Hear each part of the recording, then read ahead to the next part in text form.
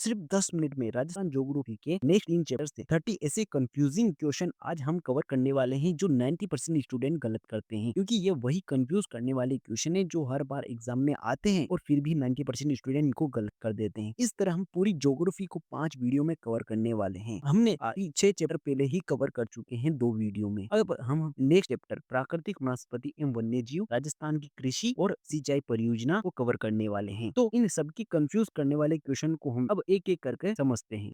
तो आज का हमारा पहला चैप्टर है प्राकृतिक वनस्पति एवं वन्य जीव, जिसका पहला क्वेश्चन है राजस्थान के कुल वन क्षेत्र में सर्वाधिक प्रतिशत किस प्रकार के वनों का है। तो वह है अपना संरक्षित और रक्षित वन क्या। ठीक है, छात्र अक्सर आरक्षित और संरक्षित में भ्रमित हो जाते हैं। संरक्षित वन सबसे अधिक है। ठीक है, याद रखना दोस्तों। राजस्थान के कुल वन क्षेत्र का 56.43% संरक्षित वनों के अंतर्गत आता है और जबकि आरक्षित 37% के अंतर्गत आता है। ठीक है, याद रखना दोस्तों। नेक्स्ट क्वेश्चन है राजस्थान का राज्य पक्षी गोडावण मुख्य रूप से किन क्षेत्रों में पाया जाता है। तो वह पाया जाता है अपने सोरासन पारा में, सांकलिया अजमेर में और राष्ट्रीय मरु उद्यान में, यानी उपयुक्त सभी में पाया जाता है। याद रखना दोस्तों। छात्र केवल जैसलमेर राष्ट्रीय मरु उद्यान को ही गोडावण का मुख्य क्षेत्र मान लेते हैं। याद रखना दोस्तों, इसमें कंफ्यूज हो जाता है। गोडावण है गोडावण जैसलमेर बाड़मेर के मरु उद्यान के अलावा बारां के सोरसन और अजमेर के सांकलिया क्षेत्र में भी पाया जाता है। याद रखना दोस्तों। नेक्स्ट क्वेश्चन है राजस्थान की चौथी बाघ परियोजना हाल ही में किसे घोषित किया गया है। तो उसमें घोषित किया गया है धौलपुर और करौली को। याद रखना दोस्तों। ठीक है, जो धौलपुर और करौली पांचवी है और रामगढ़ विषधारी चौथी। छात्र अक्सर क्रम भूल जाते हैं। याद रखना दोस्तों। रामगढ़ विषधारी अभ्यारण्य। ठीक है, रामगढ़ विषधारी अभ्यारण्य बूंदी को 2022 में राजस्थान का चौथा और देश का 52वां टाइगर रिजर्व घोषित किया गया था। नेक्स्ट क्वेश्चन है जंगल की ज्वाला, जिसको हम प्लास कहते हैं। ठीक है, याद रखना किस वृक्ष को कहते हैं, प्लास को कहते हैं। रोया को राजस्थान का सागवान कहा जाता है, जिससे कभी कभी भ्रम पैदा हो जाता है। दूसरा है प्लास ढाक। ठीक है, जिसको ढाक भी कहते हैं अपन। प्लास का जो वैज्ञानिक नाम है ब्यूटियो मोनोस्पार्म को उनके लाल फूलों के कारण जंगल की ज्वाला कहा जाता है। याद रखना दोस्तों। नेक्स्ट क्वेश्चन अपना सिवन या लीलोन घास राजस्थान के किस जिले की विशेषता है। तो वह है अपनी जैसलमेर की। याद रखना दोस्तों, कौन सी है, जैसलमेर की है। बुर घास बीकानेर में मिलती है, जिससे छात्र सीवन के साथ भ्रमित हो जाते हैं। ठीक है, याद रखना दोस्तों। जैसलमेर के लाटीसरी क्षेत्र में पाई जाने वाली सबसे लंबी घास है और यह गोडावण की शरण स्थली भी है। ठीक है, अब अपना नेक्स्ट क्वेश्चन है राजस्थान में वर्तमान में कितने रामसर साइट है। तो वह अपने रामसर साइट कितने हैं, 2 है। याद रखना दोस्तों। कितने हैं, 2 है, याद रखना।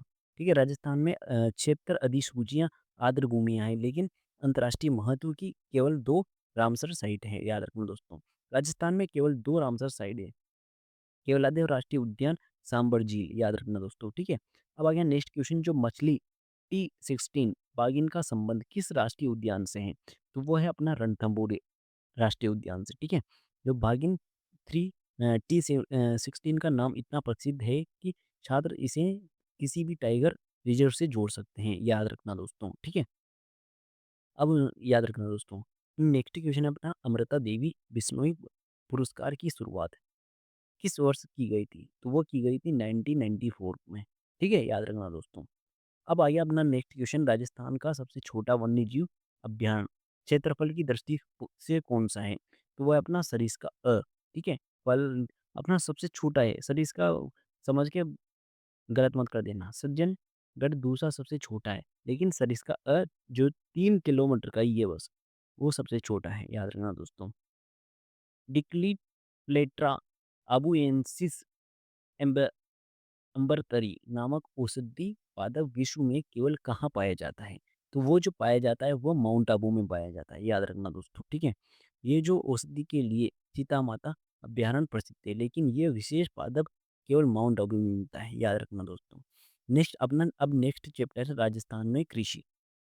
ठीक है, इसका पहला क्वेश्चन है राजस्थान में इसरबोल यानी घोड़ा जिया का सर्वाधिक उत्पादन किस जिले में होता है। तो वो होता है अब जालोर में। याद रखना दोस्तों। इसरबोल अनुसंधान केंद्र जोधपुर में है, लेकिन सर्वाधिक उत्पादन उत्पादन जालोर में होता है। ये भी याद रखना दोस्तों। अब आ गया नेक्स्ट क्वेश्चन है, जो भारत का लगभग 40% इसरबोल जालोर जिले में पैदा होता है, जबकि इसका शोध कार्य मंदसौर जोधपुर में किया जाता है। ठीक है, नेक्स्ट क्वेश्चन है माल्टा उत्पादन के क्षेत्र में राजस्थान का अग्रणी जिला कौन सा है? तो वो है अपना श्री गंगानगर, याद रखना दोस्तों। नेक्स्ट क्वेश्चन है अपना झालावाड़ संतरों के लिए प्रसिद्ध है लेकिन माल्टा के लिए श्रीगंगानगर प्रथम है। ठीक है, याद रखना दोस्तों, दोनों में कंफ्यूज मत होना। श्रीनगर माल्टा और अंगूर उत्पादन में राज्य में प्रथम स्थान पर है। ठीक है, अब आगे नेक्स्ट क्वेश्चन, राजस्थान में सेला बासमती चावल का उत्पादन मुख्य रूप से कहाँ किया जाता है? तो वो किया जाता है बूंदी में। ठीक है, चावल के लिए माही सुगंधा बांसवाड़ा प्रसिद्ध है लेकिन सेला बासमती बूंदी के लिए बूंदी की विशेषता है। ठीक है, अब आ गया नेक्स्ट क्वेश्चन ना, होहोबा या जोजोबा किस क्षेत्र की फसल है?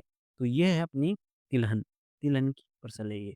इसे अक्सर औषधीय या रोपण फसल माना माना जाता है लेकिन तेल के कारण ये तिलहन श्रेणी में आता है। ठीक है, याद रखना दोस्तों। होहोबा एक तिलहन फसल है जिसका तेल सौंदर्य प्रसाधनों में काम आता है। इसे राजस्थान में प्लांटेशन कॉर्प के रूप में अधिसूचित किया गया है। ठीक है, याद रखना दोस्तों।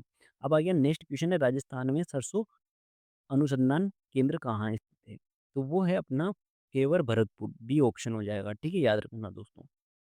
कहाँ पर है? सेवर और भरतपुर में। छात्र बोरखेड़ा, सोयाबीन और सेवर में भ्रमित हो जाते हैं। ठीक है, याद रखना दोस्तों। केंद्रीय सरसों अनुसंधान केंद्र की स्थापना 20 अक्टूबर 1993 को सेवर भरतपुर में की गई थी। ठीक है, अब आ गया नेक्स्ट क्वेश्चन, राजस्थान में कपास की कौन सी किस्म नरमा के नाम से भी जानी जाती है? तो वह जानी जाती है अमेरिकन कपास की। ठीक है, याद रखना दोस्तों। अब आ गया नेक्स्ट क्वेश्चन अपना, जो श्री गंगानगर और हनुमानगढ़ क्षेत्र में उगाई जाने वाली अमेरिकन कपास को ही स्थानीय स्तर पर नरमा कहा जाता है। ठीक है, अब आ गया नेक्स्ट क्वेश्चन अपना, राजस्थान को कितने कृषि जलवायु क्षेत्रों में विभाजित किया गया है? तो वो किया गया है तय 10 में। ठीक है, ये क्वेश्चन बहुत बार पूछा गया है। ठीक है, याद रखना दोस्तों। मिट्टी के विभाग 14 है लेकिन कृषि जलवायु का क्षेत्र 10 है। ठीक है, कंफ्यूज मत होना। राष्ट्रीय बीजीय मसाला अनुसंधान केंद्र कहाँ स्थित है? तो वह स्थित है अपने कहाँ पे है स्थित है? तिबीज अजमेर में। ठीक है, याद रखना दोस्तों। मसालों के लिए कोटा बारा क्षेत्र प्रसिद्ध है लेकिन अनुसंधान केंद्र अजमेर में है। ठीक है, कंफ्यूज मत होना। अब आ गया नेक्स्ट क्वेश्चन, राजस्थान में हरी मेथी यानी पान मेथी के उत्पादन के लिए कौन सा जिला प्रसिद्ध है? तो वो है अपना नागौर में। ठीक है, नागौर जो हमारे लिए मेथी के लिए काफ़ी प्रसिद्ध है। मेथी का सामान्य उत्पादन अन्य जिलों में भी होता है पर पान मेथी का नागौर में होता है। ठीक है, याद रखना दोस्तों। नागौर की खुशबूदार हरी मेथी तउसर क्षेत्र पूरे देश में प्रसिद्ध है। अब भैया नेक्स्ट क्वेश्चन, गन्ने की फसल एक बार बुआई करने पर कितने वर्षों तक उत्पादन देती है? तो वो कहते हैं 3 वर्ष तक देती है। ठीक है, छात्र इसे वार्षिक फसल मानकर 1 वर्ष तुल लेते हैं, जो गलत है। ठीक है, याद रखना दोस्तों। इस अब हम पढ़ने वाले हैं नेक्स्ट चैप्टर, सिंचाई परियोजना, जिसमें जिसका पहला क्वेश्चन है अपना, माही बजाज सागर परियोजना में राजस्थान और गुजरात की भागीदारी क्रमशः अनुपात क्या है? तो वो है अपना, वो है 43 और 55। ठीक है, याद रखना दोस्तों। छात्र अक्सर बिजली और पानी के हिस्से में भ्रमित हो जाते हैं क्योंकि राजस्थान को इस परियोजना से 100% बिजली मिलती है। माही बजाज सागर परियोजना राजस्थान और गुजरात की संयुक्त परियोजना है जिसमें राजस्थान का हिस्सा 45% है और गुजरात का 55%, जबकि बिजली का 100% हिस्सा राजस्थान को मिलता है। याद रखना दोस्तों। भारत में सिंचाई का वर्तमान में सबसे प्रमुख स्रोत कौन सा है? तो वह है नलकूप। ठीक है, नलकूप सबसे उत्तम स्रोत है अपने यहाँ का। ठीक है, कई पुरानी किताबों में कुएं और नलकूप को एक साथ दिया गया है जिससे छात्र नहर और कुएं में भ्रमित हो जाते हैं। ठीक है, नवीनतम आंकड़ों के अनुसार भारत में शुद्ध सिंचित क्षेत्र में नलकूप का योगदान सर्वाधिक 46% से 48.51% है तक है। ठीक है, इंदिरा गांधी नहर परियोजना से वर्तमान में राजस्थान के कितने जिले लाभान्वित हो रहे हैं? तो वो है 10 जिले, डी ऑप्शन हो जाएगा। ठीक है, याद रखना दोस्तों। इस नहर से राजस्थान के 10 जिले लाभान्वित हो रहे हैं, गंगानगर, हनुमानगढ़, बीकानेर, जैसलमेर, बाड़मेर, जोधपुर, नागौर, चूरू, झुंझुनू और सीकर। ठीक है, याद रखना दोस्तों। ठीक है, अब अपना है नेक्स्ट क्वेश्चन है, मध्यम सिंचाई परियोजना को किस कृषि योजना कमान क्षेत्र के आधार पर वर्गीकृत किया गया है? तो वह किया गया है अपने 2000 से 10,000 हेक्टेयर के बीच में। ठीक है, याद रखना दोस्तों। अब आगे अपना नेक्स्ट क्वेश्चन, जीवन रक्षक सिंचाई तकनीकी रूप से किसे अंकित किया गया है? तो वह किया गया है PWP सिंचाई को। छात्र इसे बूंद बूंद सिंचाई समझ लेते हैं लेकिन यह पौधे के मुरझाने के बिंदु से संबंधित है। ठीक है, जो पीडब्ल्यूपी है, परमानेंट विल्टिंग पॉइंट, वह स्थिति है जहाँ पानी के अभाव में पौधे मुरझाने लगते हैं, तब दी जाने वाली सिंचाई जीवन रक्षक कहलाती है, याद रखना दोस्तों।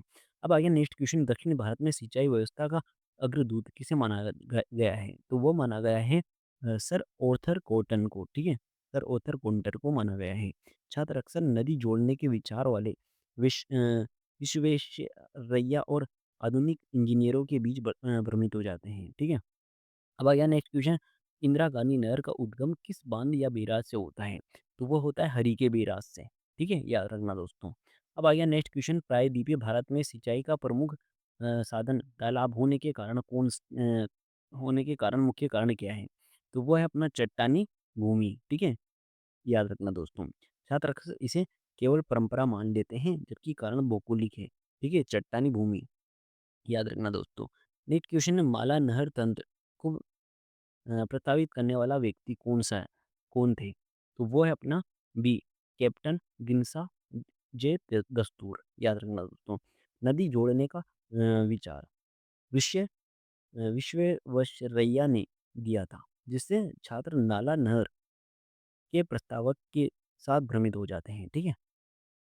माला नहर तंत्र का प्रस्ताव कैप्टन दिनसा ने दस्तूर ने दिया था, जबकि नदी जोड़ने का जो पहला विचार है विश्व विश्वरैया का था, ठीक है? याद रखना दोस्तों। अब आ गया नेक्स्ट क्वेश्चन, राजस्थान फीडर की कुल लंबाई कितनी है? वो है 204 किलोमीटर, ठीक है? याद रखना दोस्तों, ये अपना लास्ट क्वेश्चन था। इस तरह हमने आज कितने चैप्टर कंप्लीट कर लिए हैं? 7, 8, 9 चैप्टर कंप्लीट कर लिए हैं इस तरह हमने, ठीक है? अब नेक्स्ट वीडियो में हम 10, 11 और 12 चैप्टर को कवर करने वाले हैं। इस तरह एक और वीडियो आएगी, 5 वीडियो में हम पूरे ज्योग्राफी को कर लेंगे, जिसमें जितने भी कन्फ्यूज़ करने वाले क्वेश्चन हैं, उसको हम कवर करके आपको बता देंगे कि एग्ज़ाम हॉल में जो सिंपल क्वेश्चन है, लगता तो ये जो मैं पढ़ा रहा हूँ ये आपको बिल्कुल सिंपल क्वेश्चन लग रहे होंगे, लेकिन ये सिंपल क्वेश्चन ही एग्ज़ाम हॉल में आपसे गलती कराते हैं।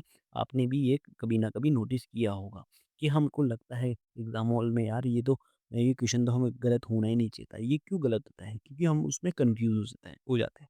इसलिए अब इस तरह हम ये कन्फ्यूज़ करने वाली सीरीज़ को चला रखा है। तो इस सीरीज़ में हमारा साथ दीजिए और इस वीडियो को अगर अच्छी लगी हो तो हाइप कीजिए और लाइक कीजिए और सब्सक्राइब कीजिए। मिलते हैं नेक्स्ट वीडियो में। हर हर महादेव।